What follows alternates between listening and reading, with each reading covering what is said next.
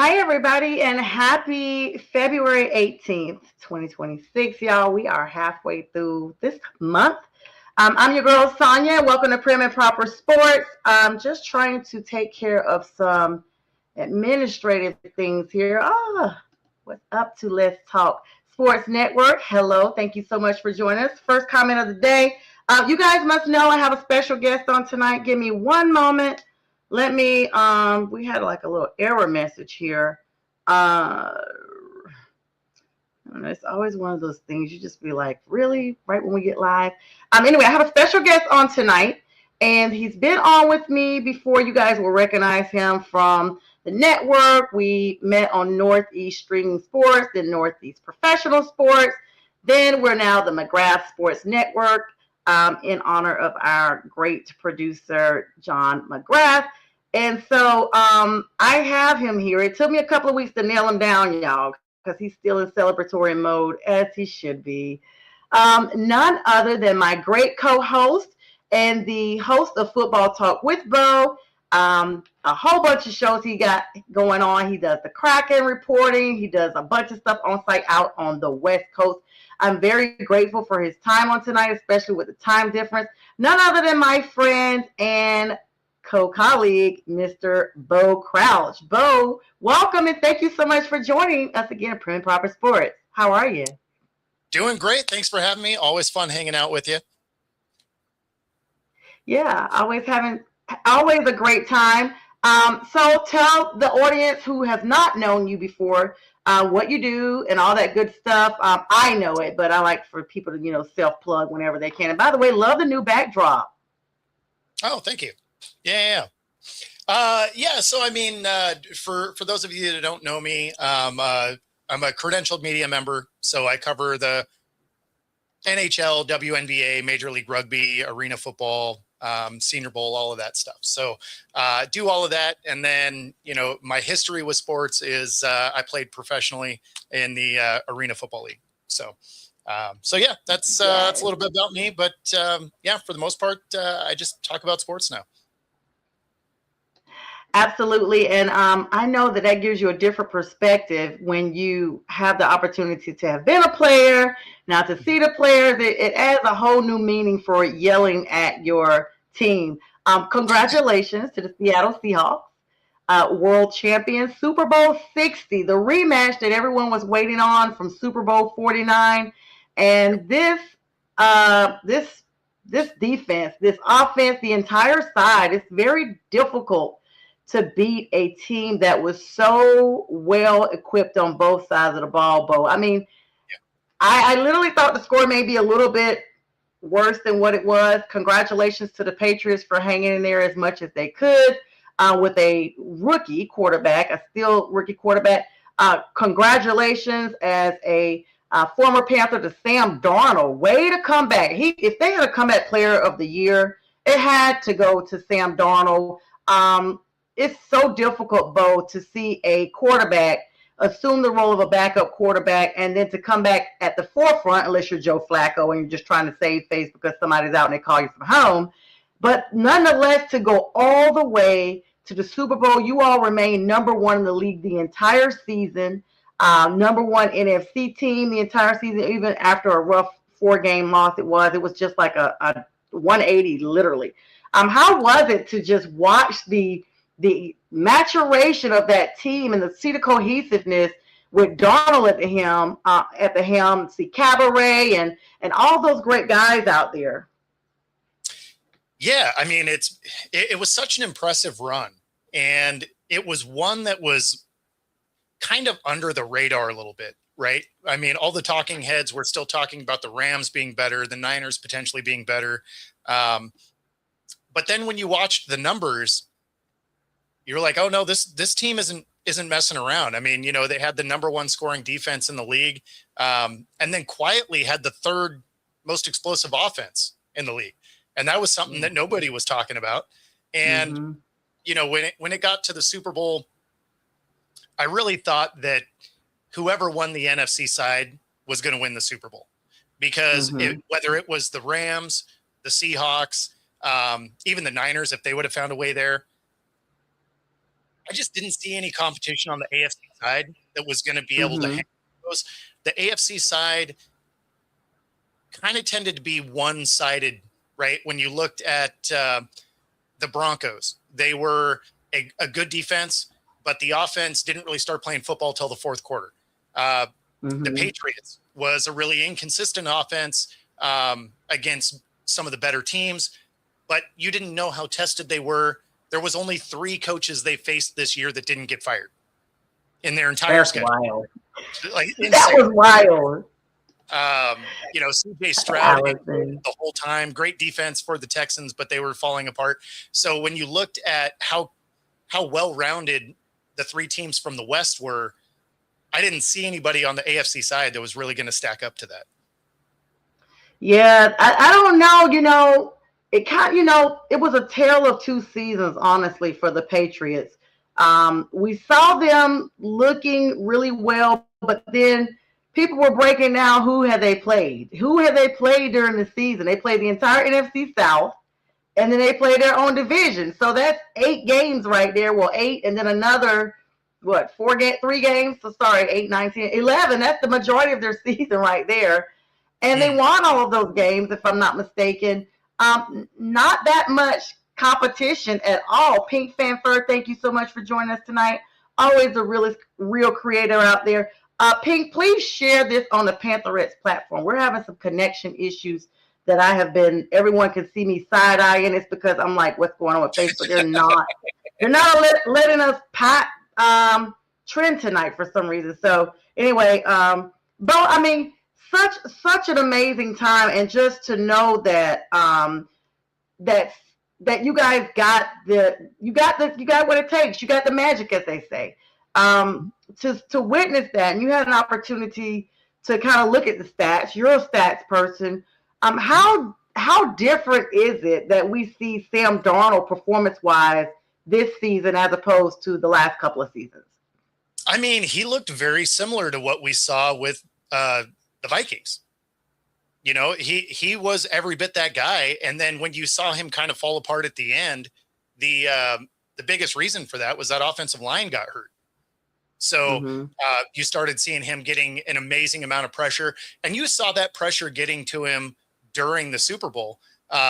Kudos to the Patriots, because if they weren't back there, that score would have been far more lopsided, because he just barely missed JSN, who was wide open, but he escaped a tackle and then got hit right as he threw that one that ended up sailing 5 yards over his head. But that would have been a walk-in touchdown for JSN. And then, you know, they also got lucky on a Kenneth Walker penalty where he ran it, 50 yards to get in the end zone. And that one gets called back. I mean, that's 2 more potential touchdowns in this game. So, I mean, this game could have got out of hand in a score that was already pretty lopsided. Shout out to Christian. He was the real difference maker from that Patriots defense. Mm-hmm. Yeah, Gonzo, he did work. And it was funny because going into that, I thought that he and a safety were going to bracket JSN and kind of take him out of the game, right? And they did that. The part of this game that I didn't see coming was Kenneth Walker getting the MVP. I didn't think he was going to have the day that he had, because the Patriots defense against the run had actually been really good during the season. And so I was surprised to see him go off for over 100 yards. Yeah, congratulations to him. It was really it was disappointing to see Cabaret not out there, because he has been stellar throughout the season. Of course, we know that you guys have played 23, 24 games by the time the Super Bowl rolled around. Everyone's hurt this time of season, things like that. But just to think, DK Metcalf is somewhere kicking himself, surely, just like the Vikings are. To see him back, what is the projection of him coming back as a healthy version of himself next season? Charbonnet? Charbonnet. What I say, Cabernet? I'm thinking about a wine. My bad. So he'll be good. I mean, obviously, it was his ACL tear. So he's not going to be available until probably at least halfway through the season. So they do have some decisions to make. Kenneth Walker is going to be a free agent. Mhm. They Seattle doesn't have a history of overpaying running backs, so I will not be surprised if Kenneth Walker's on a different team next year, Oh and my gosh. someone's going to pay him a lot of money. He's going to make 10 to 12 million a year because he had one of his best years since he got in the league and won the Super Bowl MVP. Someone's going to throw some money at him. Seattle's probably not that team. But see, that's just it, Bo. I mean, we see this with teams that win. We see it in all sports, honestly. We see it with the Braves won the World Series. Okay, let's decimate the team. We saw it when the Panthers just went to the Super Bowl 10 years ago. Okay, let's implode the team. Why not come up with this money? I mean, he's clearly earned it, not just having a stellar day, but freaking MVP and definitely a leader throughout the entire time of the dance show that Seattle put on. What's up to you, J.I.? Thank you so much for joining us, both guys. It's Bo. I mean, and hello to Candy Castellan. Hello, Candy. Thank you so much for joining us tonight. I mean, why not pay him? What is the salary cap was just raised, Bo? The salary cap was just raised for all teams. Are you telling me that Seattle does not have the money in place after going to the freaking Super Bowl to pay Kenneth Walker? They have the cap space, but that doesn't matter. So Seattle historically just doesn't pay running backs. I mean, they drafted Kenneth Walker in the second round and still drafted Charbonnet the next year in the second round. Yeah. So this is a team that has a history of just trying to get that next guy. Walker has mostly been injured throughout his career. He's gotten hurt just about every single year. And Seattle also has a history that is a little bit rough when it comes to the running back, where they haven't had a starting running back not land on IR until this year since 2014. Whoa, I wasn't aware of that. So it's hard to want to pay a guy that has an injury history, and for a team that can't keep a guy healthy, it's hard to want to pay a guy $10 to $12 million a year that you may not have all year. Yeah, absolutely. So I do expect them to let him go to another team, get paid somewhere else. Charbonnet comes back halfway through. Halani looked pretty good in the touches that he had. And then, you go and draft a guy in the second or third round again, because although they only have 4 picks, they don't have an insane amount of needs on this team. And they do have the 5th or 6th highest cap space. So they could go get a couple of free agents or maybe trade out of the 32nd pick in the first round and get a couple extra picks. But they can probably grab another running back that'll work and avoid overpaying for a guy that may or may not stay healthy. That's just the thing. The running back shelf life is very short, no matter what team you play for. And it's definitely short if you play for a team that is heavy run oriented, which most teams that use their running backs like that, especially when you got 2 of them. Seen it in Carolina right now. We're not sure of the situation with Rico Dowdle and Chuba Hubbard. Chuba looked like he was going to be the one to go out the door. Then Rico, they looked like they were playing nicely in the sandbox. The next thing you know, Rico's like, hey, I want to be one and I want to be the only one. I'm not playing fair anymore. Like, and after he got all his touches and his contract and everything, it's just like, wow. Thank you so much, Pink, for that. It's just like, wow. And I mean, I just hate, well, let's back up. If we've already basically concluded that he will be traded, what difference would that make for the Seattle offense coming into next season? Will it be a game changer, or you guys are just like you said, you go ahead and grab somebody else, acclimate them? You already got a part-time too anyway to kind of move up to that position. Yeah, I mean, obviously, no matter who you go get isn't going to be the battle-tested guy that you've had for the last 4 years, right? So, I mean, will there be a step back? Maybe. Tough to say, right? I mean, depends on who you go get. So, plus, I mean, you could even go get a veteran if you're just looking for a guy that's going to split snaps, because you're going to have guys like Breece Hall that are available. And so, I mean, you could keep Walker for 10 to 12, or you could go get Breece for maybe 5. And, So it's tough to say exactly what it is they're going to do here. They are limited on draft picks. They only have the 4. So, I mean, they do have to be smart with the way they go about things. This is not the worst time that they've had. Back in 21, they only had 3 draft picks, and they bombed all 3 of them. So, you never know how the draft's going to work out. Yeah, you really don't. And to be fair, it's literally a gamble. I mean, DraftKings and all these people tell us to gamble responsibly. Teams, we need you to gamble responsibly. We need you to gamble because we as fans need dedicated players, to decide what we're going to do.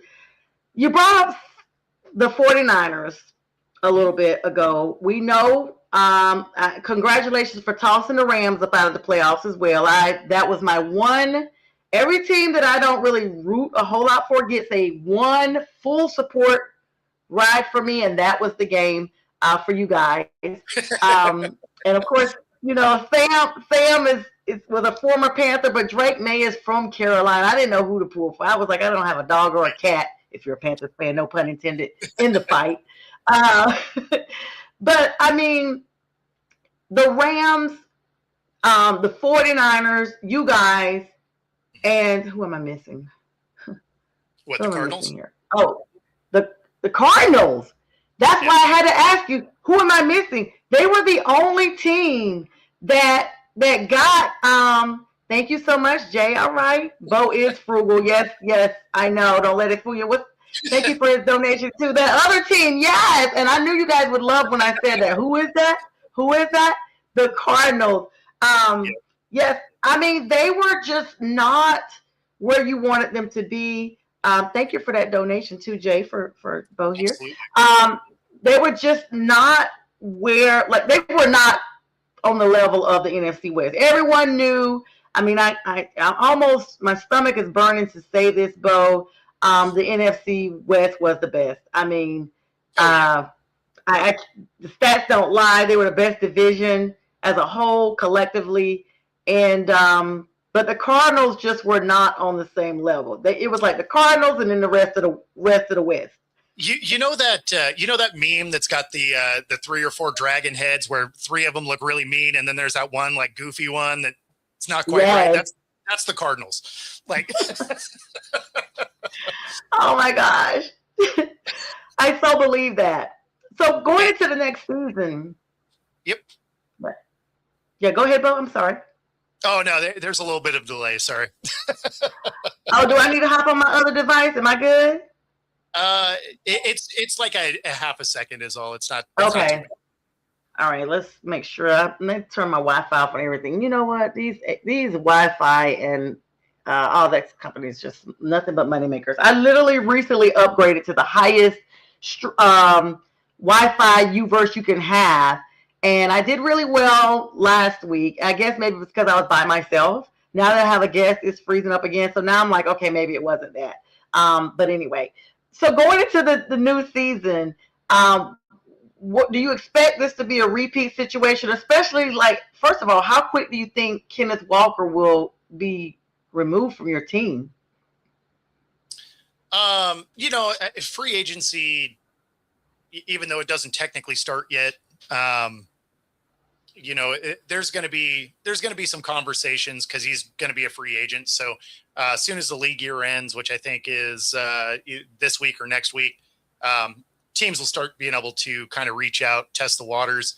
And I mean, that being said, I fully expect them to somebody to come and snag him. So yeah, he's going to be gone. Tariq Woolen's going to be gone, our other corner.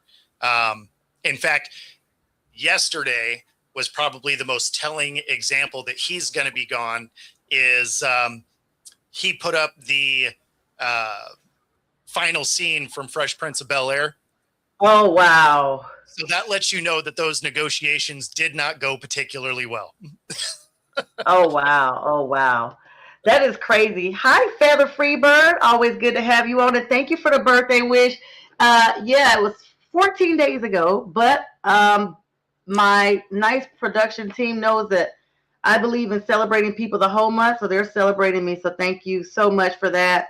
And believe it or not, I'm still actually getting cards in the mail. So from Oh, actual nice. friends and family. So it is the whole month. So just, every day is grateful. So thank you so much for always joining us. Though I always look forward to her coming on when you're here, Bo. Yep. Yep. Yep. Yeah. So I mean, all right. So he's probably going to be gone, Yep. and I feel like to me as a non-Seattle fan that will be a difference maker. You're saying maybe not that much? Well, I mean, during the season, now obviously having Charbonnet hurt is a problem, right? So not having either one of them is definitely going to be an issue. Again, depending on who they go and draft, or if they get somebody in free agency, obviously you can kind of fix some of that. But I mean, it'll be a step back for sure. But as far as, like a repeat or anything like that, this division is still going to be exceedingly tough. So I would expect that all three teams in this division probably win a game or two less than they did this last year. Oh, wow. But that still places them all as double-digit winners. So Yeah. I would not be shocked if the West sends 3 to the playoffs again. Jeez. I pray not. I'm sorry, Bo. I just can someone else, like, you know what? That is really, I don't know. I was looking at the stats on that. You probably know better than me. Is this the first time the entire division, like all three teams, were literally the top contenders? I did not see where we actually had that ever happen before. Not 3. And not with that record. I can't recall a time where 3 of the final 4 teams were from one division. I don't remember seeing a time that's been the case. So no, that is kind of unprecedented. Or if it has happened before, it's probably like once, because I can't think of scenarios where, like, having 2 in there has happened a ton of times, but having 3, that's pretty rare. We don't have to worry about sending 4 though, because the Cardinals, based on their coaching hires, aren't even trying this year. So I don't even know. I don't even know who that dude is. I'm gonna be honest. I was like, who? What? Oh, so LaFleur is the Green Bay's coach brother. So wait, as in Matt LaFleur's brother? Yeah. So he's going to be their coach, but their offensive coordinator, they went and got Nathaniel Hackett for I have no idea why, but he hasn't been good anywhere. So based on that, I'm pretty sure they're not really trying to do a whole lot this year. He's doing a heck of a job. Yeah. Not a heck of a job when he comes on. So yeah. Oh, thank you, Jay. I lost my comment. I'm missing my comments over here. Thank you, J.I. And Feather Freebird says good evening again. Thank you so much to her. I mean, I don't know. Okay, so we're talking about your team, but I'm not talking about some other teams too, including my own. It's just fair. I will say before we get there, because I will congratulate you. You and I are in a group chat, and it's been a lot of fun. There were some days I was like, I'm not going to even respond because I am literally upset about my team, and his team is winning. But it was so much fun this season, Bo. I was like, yeah, Bo, I don't remember you being this vocal last year in the chat. You were like, oh, I was. I'm like, well, I didn't see it, not for my team. For me, I return energy, right? So if people are posting stuff, I'll post back. If people aren't saying anything, I just leave it alone. But if people are posting stuff, I'm like, oh, okay. Like, yeah, it was so funny because it was like, I'm just trying to celebrate the fact that we are relevant for the first time in 8 to 10 years, 2017, 2015, depends on how you look at it. And I would put like a little stat up, and I'm just like, look, guys, like we're doing it. And Bo comes with this meme that's just the total opposite. Like, oh, here's your championship trophy now for finally winning 3 games in a row. Come on, I made that specifically for you. I know you did, because I was like, this is a Bo creation. So you guys, we always have a lot of fun. And you know, they have a slogan that says football is family. It really is. I would not be here continuously where I am. I would not have met Bo if it wasn't for Mac. Shout out to Miss Linda. I'm always so grateful. I think about them several times a week because every time I get ready to sit down and do a show, I'm always like, you know, they sought me out. They had Bo, and because of that, I've met so many great people that are super talented. And Bo has the most amazing show. I mean, Bo, sometimes you do so many shows. I'm like, when do you have time to do anything else? Just working for the Kraken out there, and you guys just had the Super Bowl party. How was that? I saw like some footage of you at Lumen Field. You were there before the crowd got there. How exciting was that? I mean, it probably sounds corny, but I really want to know how it was. No, like it was awesome. So there was about 1 million people down in Seattle for the parade, and before the parade took off, so where you saw that video inside of Lumen Field, that was the trophy presentation, and there was, on top of the 1 million people outside, there was a little over 40,000 in the stadium. So pretty electric atmosphere. And yeah, so I mean, it was a blast. Anytime you can get a championship parade is amazing, right? Yeah, I wouldn't know, but I'm just saying, yeah. Well, the Braves had one. I've experienced that here in Atlanta with the World Series, but for an NFL, I wouldn't know. And at this point, now past the half a century mark, I'm praying I can see one before my days have ended. And I plan on being here a long time, but I don't know. But that is super exciting though, Bo. And I had opportunity to just fly over Lumen Field last year. I'm still planning on, because I have a passion for football. My goal is to get to every stadium, and I'm only a third of the way there. So I got to get to Seattle. I probably will choose when we're not playing you guys, just so that I don't have to be upset. I can go and just enjoy and just leave happy no matter what. If I go when we play you guys, it's just like, you just never know. Like, I'll be like, Bo, have your bond money already ready, because I'm showing out at this game. Like, I guarantee you, it's funny, but every time people go to games with me and they don't really know me, they be like, oh my God, like, I cannot believe you really. I'm like, oh yeah, I'm not exaggerating. Like, the chat is a very dulled down version of the real me at a game. So it was funny because I'm really bad with divisional rivalries, especially the Falcons, because I live here. And one year I was leaving the game, arriving at the game, correction, and one of my church members was there. I saw one going in and one coming out. The one coming out was one of our elders, and he was like, oh, next year we'll have to, get seats together. I was like, oh, no, you don't want to sit with me at a game. And he was like, oh, no. I said, no, I say things that are definitely not spiritual. He's like, oh, Janie, his wife, gets a little excited too. I said, no, this is totally different. You'll probably be revoking my membership. Like, I am horrible. Like, people threaten to call the number on me. I figured he was sitting close, and as he was leaving, he was like, you need Jesus. Like, you need Jesus, and you up there singing on Sunday? That is not who I saw in the stands, ma'am, at all. But yeah, it's super fun. So moving on just a little bit, and we'll it's actually 9:30. So Bo, you and I need to do a small commercial real quick. We'll be back with you in about 1 minute. We got to do a promo for Pearson, my niece, who's on her final stretch of her scholarship run. Thank you, everybody, for all your donations and everything. And just a small plug. If you do not know, you're not able to, even though Pearson has over a 4.0 GPA, North Carolina has this thing now. They don't give scholarships without the financial basis overall. So this is the purpose of this. Her mother is very successful. Her dad is very successful. And so they think Pearson doesn't even need any money for school. So we're doing this because she genuinely does need a scholarship, because it's not just academic. And she gets to keep 100% of the money she raised. And if she wins the most amount of money raised, Delta Sigma Theta will match her with their scholarship. So we'll be right back in 1 minute, 10 seconds with Bo Crouch. The God above made you a masterpiece. The vision is clearer, nearer. My God said thee, learning to lean on his power. Your perspective can be sweet when circumstances are sour. I'm saying. You can see the vision clearer.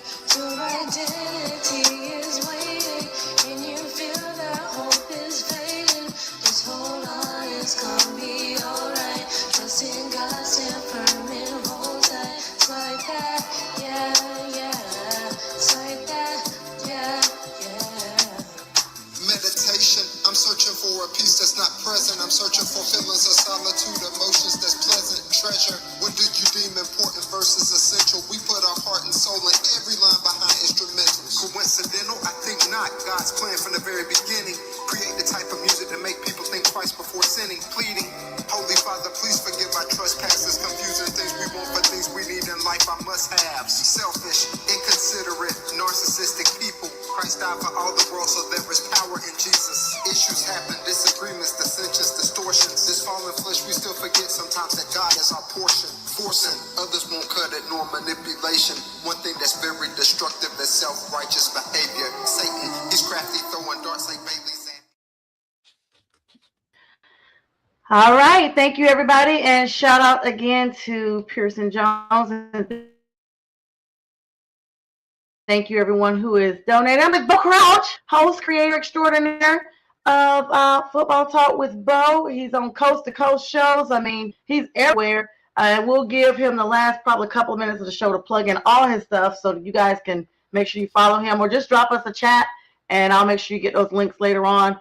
The 49ers, you know, in you guys' division, valiant fight, but just at the end, beat up and banged up. They are officially the face of Mexico now. They'll be headlining the 2026 Mexico City game, Bo, at Estadio Bernate.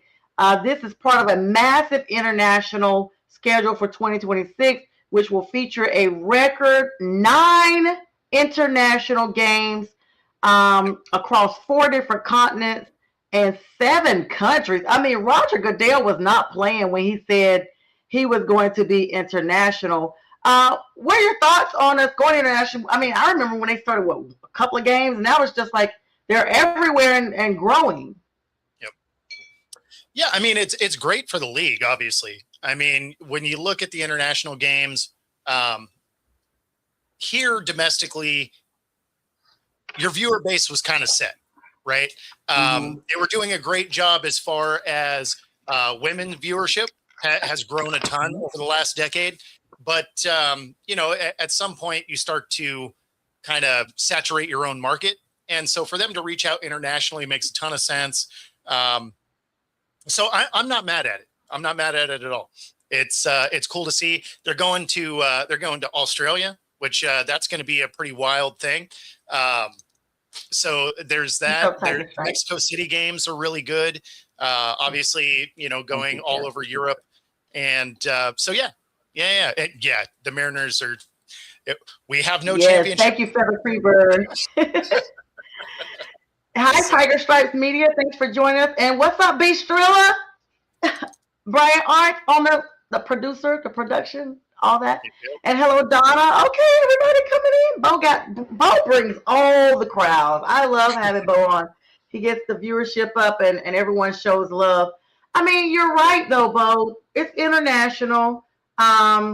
We've seen some teams go over there and waste their fuel money, like the Falcons.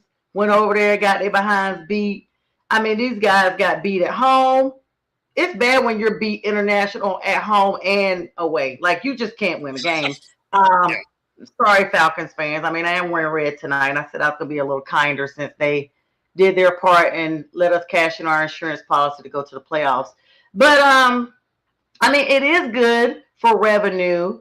But I guess I just always wonder how well attended are these games that are international. I mean, we see the cameras. We see that. They look well attended. But if you are international, how's that working? So it's because there's such a limited number, those games sell out so fast. So, you know, because there's teams or fans of every team that go to it because they're only getting one shot at it. Right. Mm-hmm. And so they'll go and they'll watch the game because it's their only opportunity to go to a live game. When I was living down in Mexico, the Mexico City game that year was San Francisco and the Cardinals. And I had the wrong day written down for being able to apply for tickets. Right. Because where I was, it was only about an hour and a half flight to Mexico City. And so it's like, that'd be amazing. And that game sold out in 5 minutes. Oh my goodness. So, international games do just fine. Wow. I mean, this thing is going to really be global. Honestly, I feel like it's going to be on every continent. I can't really promise Antarctica. I don't know how that would work. Yeah, I don't think they're doing it. I don't think the Penguins care. So It's the ice I'm concerned about. Like the game is going to take on a whole. Go ahead and send the Patriots and the Broncos down there again. They're used to it. Any of you Northeasterners teams. But yeah, I don't know. Seattle, you guys get some winter up there too. Yeah, we don't get a lot of snow. What's up, Chad? Yeah, we don't get a lot of snow in the lowland like here in Seattle. We're a little too close to the Pacific Ocean there. Our mountains and everything get hit, but we usually end up with a few snow days a year, and that's it. Yeah, when I flew into Seattle last year for that brief encounter where we were trying to meet, but we just could not make it happen. By the time, and that layover was not as long as I thought it was going to be. I was like, yeah, bro, I'm going to be in Seattle. I'm going to be there probably for a couple of hours. They were like, yeah, no, you're going to be here for 45 minutes and you're going to be sprinting to your plane. And literally, I realized the proximity because I literally saw the coast end, like how we flew out. I saw the mountains and then it was nothing but water. And I was like, wow, I literally just flew coast to coast, like, like your show. I literally just flew off the map. It was so interesting to me because I'd flown to LA a few times, but I've never flown over the Pacific. I've never flown to Hawaii. I was going to Hawaii that time. Been down to Mexico, but you're mostly kind of like over land and water that way. But to see the end and to know, okay, that makes a lot of sense but we did have to de-ice the plane. That's the other thing. It was February last year this time. As a matter of fact, I was already back, but first week of February, they were de-icing the plane. And I'm like, I didn't even realize it was that cold here. So I guess you guys get the cold, but just not the snow. Yeah. So like in the mornings right now, it's frosty. Right. And then during the day, it gets into the, it's in the 40s. But yeah, at night, you'll dip down to, frost on the ground and stuff. But usually if we get rain coming in, it warms up just enough that we don't generally get snow. If we do get snow, it's usually this time of year. It's usually February. But this year has been kind of a weird year. So we're probably not going to get snow at all. Yeah, I get it. All right, so let's move on. We got some big news that happened today, Bo. The Lions CEO has retired in a significant front office move. Detroit Lions president and CEO Rod Wood announced that his retirement is today. It's going to be taking effect before the 2026 season kicks off. The search for his successor, these people are scrambling already. Like last year, your offensive coordinator, your defensive coordinator. This year, your CEO. I mean, was this a shock for you to hear this? Yeah, I was surprised. I didn't know of any reason for him to want to resign. So I was a little bit shocked by that, but I don't know that that's necessarily going to matter a ton as far as on the field production this year, right? Moving forward, it might, but as far as this particular year, it's probably not going to impact a ton. That being said, it was a surprising move. Yeah, I was not expecting that. Yeah, I was shocked. And, anytime you hear of people just deciding, hey, I'm out. You're just like, wait a minute, what happened? Was there, we can only speculate. What happened? Was there some ongoing tension or was it just time for you? Did you feel like, hey, I'm just going to go ahead and hang it up. It's time for me to spend more time with my family or whatnot. All of that stuff kind of comes into play. And you just never know. Maybe it'll come out, later on what happened. But for now, we don't know. And like you said, it's probably not going to make that much of a difference.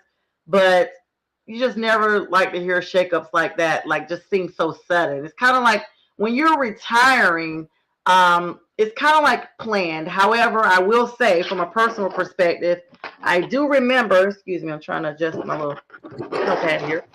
I do remember a manager that I had, like a big manager, had been working over 2 decades, 3 decades, and the holidays were over. A lot of people decide they want to retire or move over to another job at the end of the year. She just literally let us know like week 3. So Claudia, if you're watching, because I know you do follow my show sometimes, I'm trying not to reveal everything, but 36 years, an uneven number and everything. She was like, I'm out. And I'm like, Claudia, I'm about to go to law school. I need you to stay here so I can still work because you're going to work my schedule.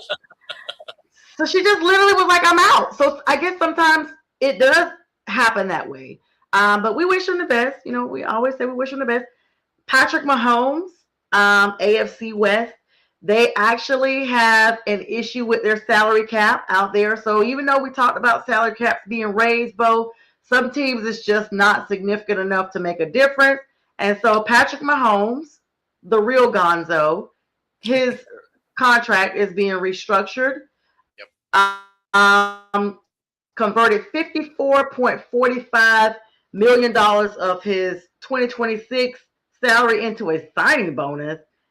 This move is going to instantly create $43.56 million cap space as they look to retain some new talent. What are your thoughts on that? Yeah, it's not the first time they've restructured his deal. You know, after he signed that 10-year, $500 million contract, it's been restructured a couple of times.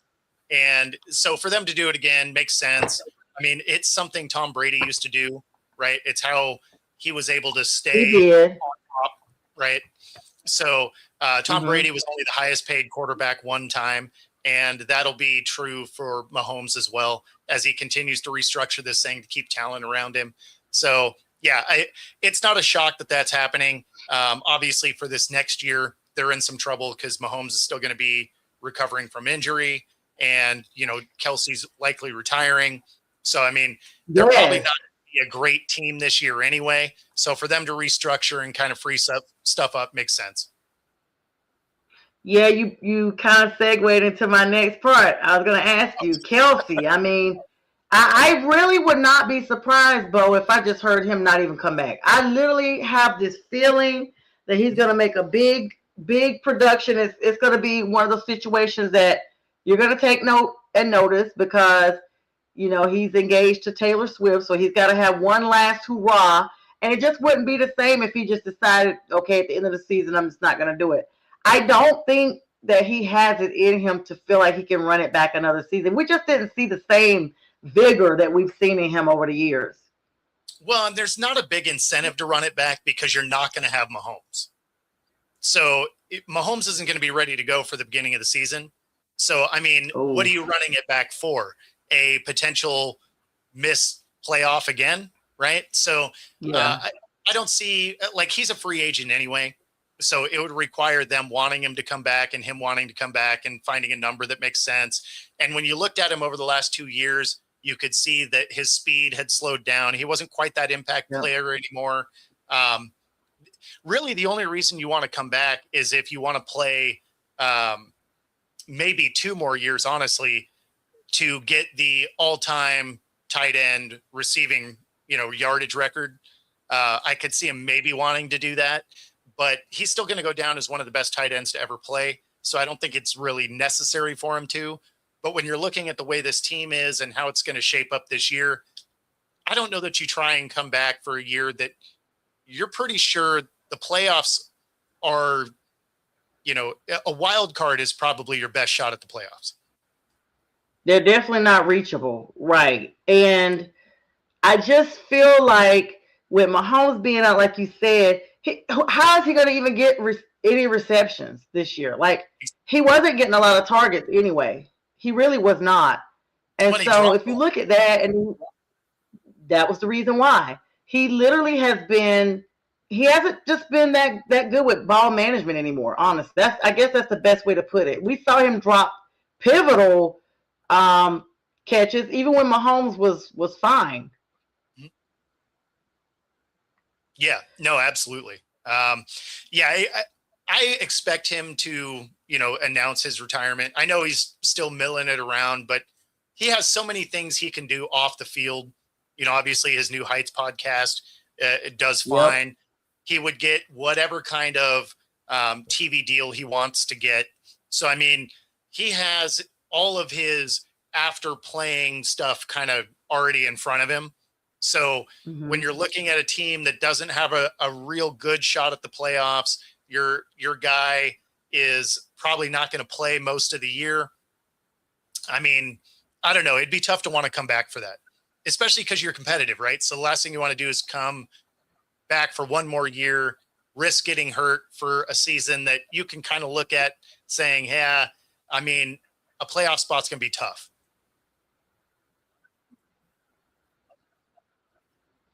I mean, his brother's been talking to him anyway. We saw how quick Jason got out of there, and Philadelphia was looking decent. He just was like, hey, it's time to go.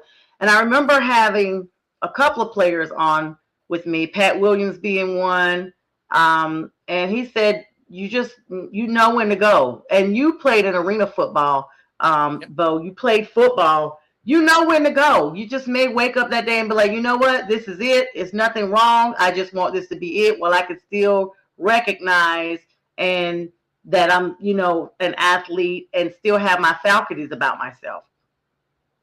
Yeah. I mean, when I stopped, I was 30, right? And that was a situation where I was like, I know if I keep going, my knees are just going to be toast. Right. Mm-hmm. And so it was like, okay, I got to finish with a championship. I got to play arena ball. And it was just like, this is the time to hang it up when I'm still in good enough shape to, do all the things I want to do. So yeah, I mean, if you're able to kind of retire on your own terms, it's awesome. But there's a lot of guys that get hurt and it's just one day you just don't get to do it anymore. And so that's always the worry, right? Do you stay too long where your athleticism has waned to the point where you're not that same player and you risk getting hurt? So, I mean, could I have played a couple more years? Maybe, I probably could have. But at the same time, would I have had a bigger risk of, some bigger injuries? Absolutely. Yeah, I saw a TikTok and Chad, I see you say you lose his mind every time they see Taylor Swift and Kelsey posters. Hilarious. I will say this. I saw something on either Instagram or TikTok. There was a wife of a NFL player, and that guy was still young and barely mobile. And she was like, nobody talks about how it is, to go from, and then, they're doing that little go from video where they show them in the stands and on the field running around, and then the after. Like he was like, it was scary. We as fans enjoy the game. It's one of our favorite pastimes. I know they say baseball is, but I like to think football is too, but it's so brutal. So it's a blessing to know that, you still enjoy it from a safe perspective. You got your wins while you were there, and and still young enough to enjoy post football life. The Chicago Bears and some other news have promoted Press Taylor to their offensive coordinator. I don't know who that person is. Are you aware who Press Taylor is? I am not. I did not see that there, so I will have to look further into that. I saw this popped up. I saw this. Like, what is happening? I saw this on NFL somewhere. But with AI in this day and age, Bo, you have to be really careful because so much stuff looks like it's legit. But then I just double checked it. Okay, so he's moving from his previous role as the team's passing game coordinator to fill the vacancy left by Declan Doyle, who recently joined the Ravens. Okay, so it's legit. All right, so I had to click on it. Like, what? Anytime I see one of those, the first thing I do is I go to Shefty or Rappaport or Paracello, like one of those guys, because it's like, okay, let me make sure that this isn't some troll site or because the last thing I want to do is report on something that's not accurate. Well, it was on NFL, but I was just like, I don't know who this person is, so I still was like, okay, maybe Bo knows who it is. I mean, NFL, you would hope they don't get hacked, but you still are like, it's kind of like, even though it was real when the Broncos game was over and they said that Bo Nix had broken his ankle, I was like, oh, I know they lying. Like, we just saw him like 5 minutes ago and it was real. It's just like, Unfortunately, that's just one of the days that we live in. That everything is wild. And yes, Chad, we're gonna definitely talk about that. Rest in peace, Yep. is still a Super Bowl champ and legend Mike Wagner. Lost him this week. Lost Reverend Jesse Jackson this week. Robert Duvall yesterday. It's just been one of those weeks. But the contribution that Mike Wagner brought to the Steelers, I like to think.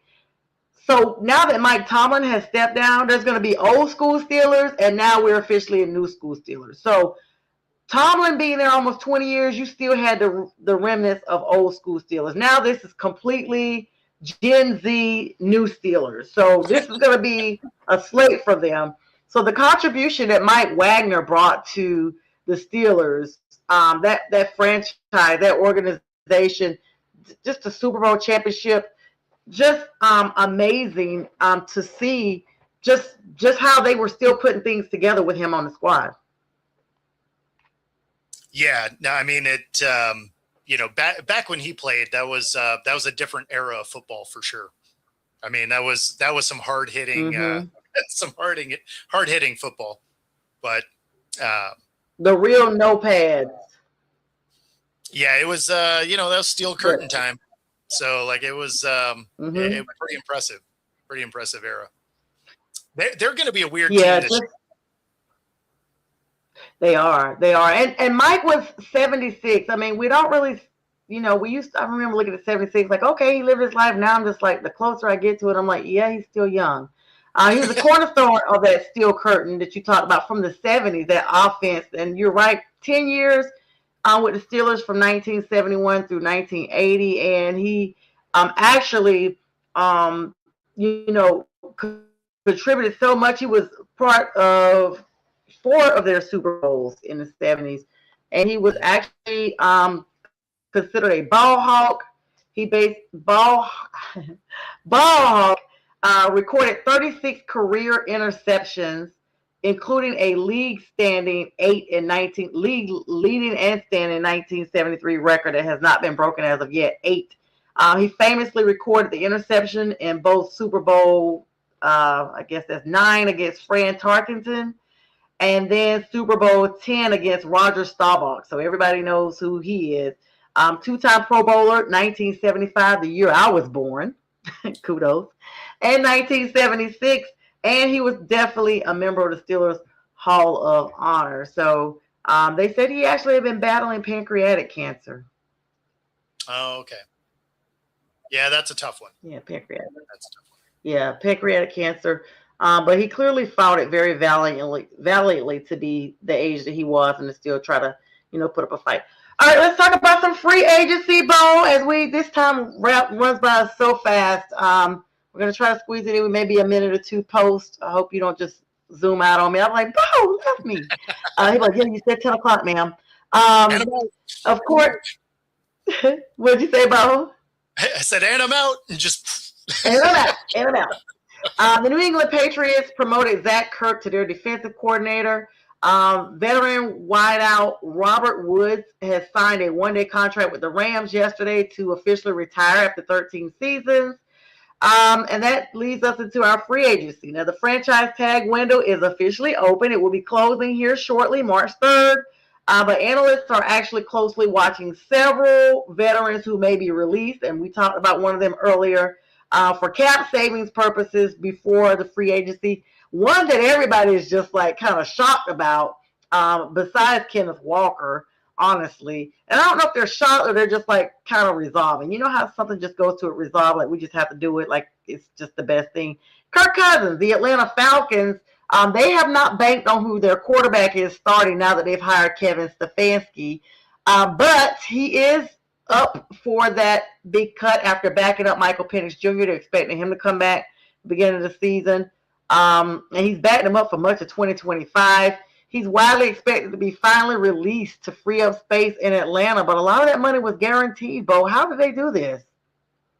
So most of his guaranteed money's done. So this is the 3rd year of his contract, and so only $10 million of it was guaranteed for this year anyway. So it's actually pretty easy for them to move on from Cousins. So not a huge shock to see him go.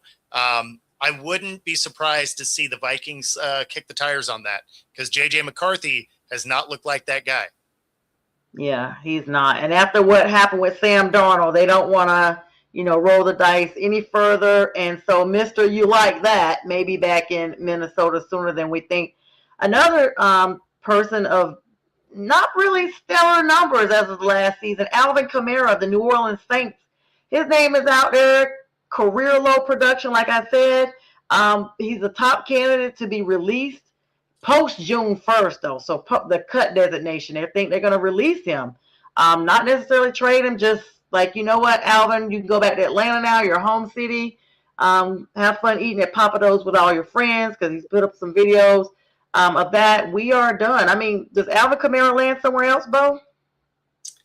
No, I mean, he probably, if he wants to keep playing, he probably does. The post June makes sense, because then they can split his contract over 2 years. Yeah, I mean, that makes sense. The Saints need a lot of stuff, and so they don't really need to tie their money up in an older back. Yeah, I mean, they're in full-on rebuild mode, so it would not shock me to see Kamara go. Yeah, I expect them to release the rights of Derek Carr if he wants to come back as well. I heard that, but how do you come back when he basically went to some church in Las Vegas and just bashed them and was like, yeah, they did this and I was hurt and no one knew it. It was just a lot of bad blood. I mean, sometimes we see that be the end all for a player's career. I mean, but we watched it be exactly that for Baker, right? Like he played poorly that last year with the Browns, and it was largely because he was hurt. He ends up having to go to a couple of places to prove that he can play. And then, he's played great in Tampa. So, I mean, wherever Carr goes, it will be on a prove it deal, because he's overcoming that shoulder injury. But if he can come in and play well, he could resurrect his career, because it's not like he was a bad quarterback. I mean, you think of his time with the Raiders, he had great numbers. He just happened to have a team that played absolutely no defense. Now, he's not one of the elite talents, right? So we're not talking about him in that kind of atmosphere, but he's an above average quarterback. If you give him a good defense, you can win a lot of games. So I would imagine the Vikings will also kind of kick the tires on him, because they need a competent quarterback that can move the ball, and a guy like Carr or Cousins, they can do that. And you can get either one of those guys for pretty cheap. Yeah, you got to definitely get Carr this first year that he's been out, because we know as time continues to tick, their names become less relevant, unless you are, like I keep saying, Joe Flacco. So neither one of those would be a surprising addition to the Vikings.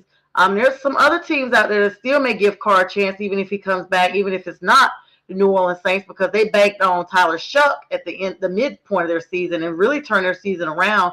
Had they used him over Spencer Rattler the entire season, we probably would have been looking at a different NFC South, as opposed to the three-way cluster, that it turned out to be. And I don't use those type of words, but y'all know what it is. But yeah, and of course we're on the cusp, the precipice of the scouting combine here, Bo. In Indianapolis, just a week away. Next week, as a matter of fact, February 23rd. Mock drafts are coming up. I don't really put a lot of weight on those, but there are some top prospects. Of course, Indiana's quarterback Fernando Mendoza is a big name coming out. We're looking for him. And Colorado star Travis Hunter are currently battling for the top overall spot in the most projections. Of course, this draft location, I said Travis Hunter. I don't know why. Sorry. Battling for that. I was going to say, he's been playing. Travis Hunter, my news about him is about his position. It's not about, I was like, wait a minute, hold on, I typed that up wrong. Travis Hunter is not going to be on both sides of the ball. Let me just give y'all the condensed version. Next season, he's going to be picked to one, and that's going to be the one. That's what I meant to say. But Fernando Mendoza, I was half asleep. This is what happens when you're doing school and trying to get your notes together for readability purposes. I was up at 6:30 this morning. The other player the other player you were probably trying to mention was Ty Simpson. And yeah, and he will probably be the second quarterback off the board. You know what's crazy? You can't do predictive text on everything. So when you're typing, if you do it like if this thing already has a program who you're talking about and you don't go back and check, voila. But yeah, he's gonna go second off the board. When is Arch Manning ever coming in? I thought this was gonna be the season that we were looking out for him. No. He's going back to college, and he should. He did not look particularly good, and although his last name is going to move him up a draft board, he didn't look good with a team that Quinn Ewers looked good with. Yep. Right? So he needs to go back. You need to see some better numbers out of him. And, so it'll probably be next year. He's going to get overdrafted. I haven't seen the level of play that you would expect for the draft position they keep saying he's going to be. But sometimes that last name really moves you up the board. Yep, and that was my purpose for bringing it up because he was supposed to have been in this draft. But I'm glad you told us all about his redirection. And sometimes redirection can be a good thing. I don't know if it will be beneficial, but this just goes to show the last name is not always the big thing. Krista, thank you so much for filling in the space for me there. All right, Bo, let everybody know how to find you because we are at the top of the hour here. You've been so gracious to co-host with me tonight. Let everybody know all your handles and how to find you and all that good stuff. Yeah, so on all the socials, it's Football Talk with Bo. My YouTube channel is just at Football-Talk. And my Coast to Coast show is going to be joining my Wednesday wrap-up show on 97.3 ICU Radio. So the bulk of our shows are all going to be on the radio. Oh, congratulations, Bo. Now, see, and that was news to me. I knew that was some stuff you had in the works. So congratulations for you on that huge jump. And congratulations to everybody, all the people that have, come on and showed support and love tonight. Bo, always great having you on. Thank you, everyone, for the likes, love, the comments, engaging. I will be on Friday with the fellas. Bo, tell us when the next time you're going to be on. The next time I'll be on will be 7:00 tomorrow morning for our daily show, Coast to Coast. And then it's going to end up becoming 6 a.m. Starting in March. 6 a.m. East Coast time? Pacific time. Okay. So I get up at 4 a.m. every day. Oh my God. Okay, that explains all these chats that were ready. Because if I send something at 2 a.m., it gets responded to 4 a.m. your time, and you're already basically the same time. I got you. I got to be better prepared. Always great to have you on, Bo. Lots of fun. Of course, congratulations to your Seahawks, your Hawks as you call them. And you guys join Bo on all his platforms. Everybody, thanks for the likes, love. I'll see you guys in a couple of days. And good night.